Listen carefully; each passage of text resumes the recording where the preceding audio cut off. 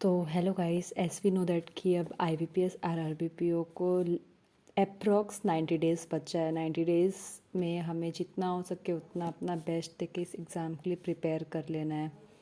सो अगर हम प्रिपरेशन कर रहे हैं तो हम प्री और मेंस दोनों को साथ में लेके चलेंगे, क्योंकि प्री निकाल के कोई फ़ायदा नहीं अगर हम मेंस में कुछ जाके ना कर पाएँ तो ये मेरा 90 डेज़ का प्लान है जो मैं फ़ॉलो करने वाली हूँ और जो मैं तुम लोग से शेयर करूँगी कि हम ये चीज़ मिलके कर सकते हैं।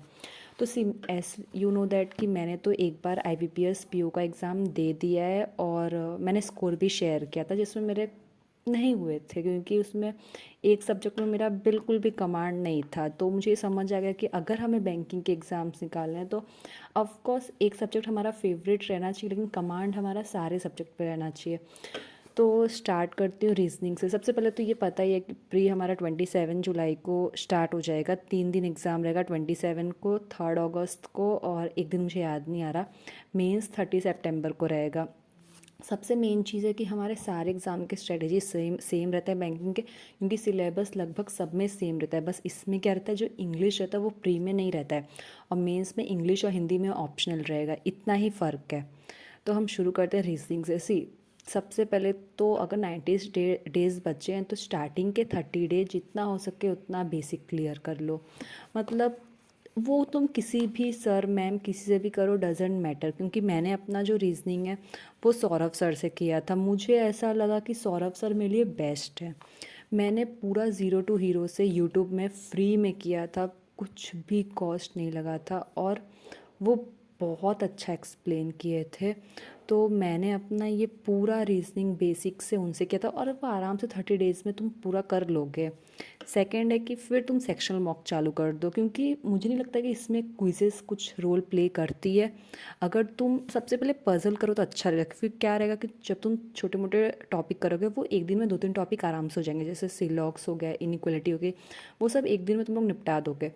तो उसके साथ साथ स्पीड के लिए डेली 10 पजल्स करना। मैं तो ये चीज़ नहीं करूँगी क्योंकि मेरी रीजनिंग में स्पीड बहुत अच्छी हो गई है, तो मुझे ये चीज़ करने की ज़रूरत नहीं है, मैंने एक टाइम पे कर लिया है। ये सारी प्रैक्टिस तुम्हें एक टाइम में ही करनी रहती है, डेली करने का कोई फ़ायदा नहीं है। तो मैंने वो चीज़ कर लिया है। फिर क्या होता है कि तुम जैसे ही 30 डेज़ जाता है, बाद के 30 डेज़ में तुम सेक्शनल मॉक चालू करो, प्री का और मेंस का। मेंस लेक्चर से करोगे तो भी अच्छा है, कोई प्रॉब्लम नहीं है, बट मुझे लगता है मेंस मेरे लिए मॉक से ज़्यादा फ़ायदा करता है, क्योंकि क्रिटिकल रीजनिंग वगैरह तो लेक्चर देखना ही पड़ेगा थोड़ा बहुत। मेन से भी कर लो, पजल्स वगैरह मेन से कर लो, बट मैं क्या करती हूँ ज़्यादातर, अब मैं मॉक से ही करती हूँ रीजनिंग। और टीचर्स तुम किसी को भी फॉलो कर सकते हो, संजय सर है क्रिटिकल रीजनिंग के लिए, तुम हर्षल सर को फॉलो कर सकते हो, सौरभ सर, स्मृति मैम, अंकुश सर, तो बहुत सारे टीचर्स हैं जिसको तुम फॉलो कर सकते हो।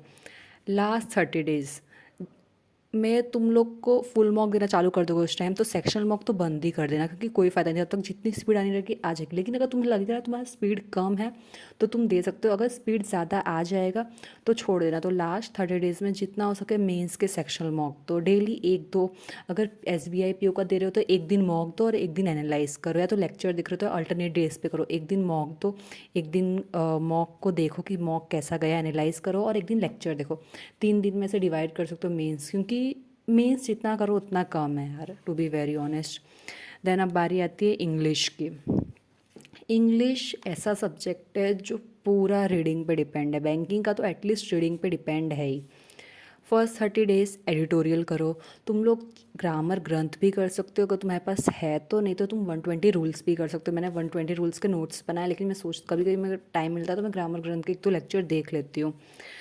क्विज़ क्विज़ बहुत बड़ा रोल प्ले करता है ग्रामर में, तो प्लीज़ क्विज़ तो बिल्कुल देना मत भूलना। साथ साथ अगर तुम अफोर्ड कर पा रहे हो तो तुम परफेक्शन भी देखो, वरना अगर एडिटोरियल और क्विज़ दे रहे हो या सेक्शनल दे रहे हो तो मुझे लगता है परफेक्शन की ज़रूरत नहीं है। बट अगर तुम्हें चाहिए तो तुम कर लो, ले सकते हो परफेक्शन। मेरे पास तो परफेक्शन नहीं है, मैंने किसी से येस ऑफिसर का मांगा था तो मैं कुछ दिन देखा, फिर उसने अपने में लॉगिन कर लिया तो मेरे पास नहीं था। सेकेंड 30 डेज़ में प्री और मेंस के क्विज़ दो और सेक्शनल भी चालू कर दो, क्योंकि जब मेंस चालू कर रहे हो तो प्री छोड़ दो पूरी तरीके से, फिर प्री का बस सेक्शनल लेके चलो, कि जितना सेक्शनल हो उतना लगा लो और जितना हो सके मॉक लगाओ।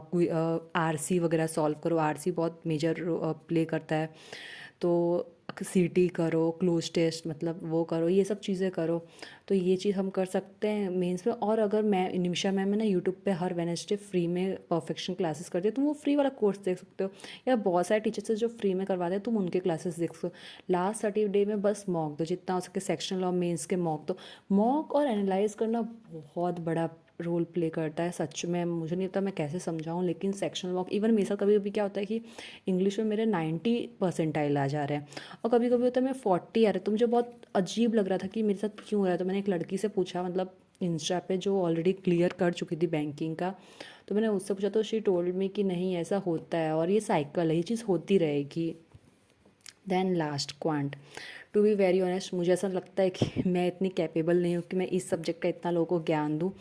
बट मुझे ऐसा लगा कि जितना मैंने किया उतना मुझे बता देना चाहिए। सिर्फ फर्स्ट 30 डेज़ या 40 to 50 डेज़ अप्रॉक्स ले सकते हैं। टॉपिक वाइज करो जितना हो सके, जैसे रेशियो इन प्रपोर्शन लेक्चर देखा उसके 50 टॉपिक कर लो। क्वांट का ऐसे लेक्चर देखा, परसेंटेज का देखा, उसके क्वेश्चंस कर लो। फिर सेकंड में फिर सेक्शनल चालू कर दो उसके, और मेंस भी लेक्चर देखना चालू कर दो। मतलब मैं तो जितना हो सके उतना लेक्चर से ही करती हूँ, मैं पीडीएफ वगैरह बहुत रेयर करती हूँ।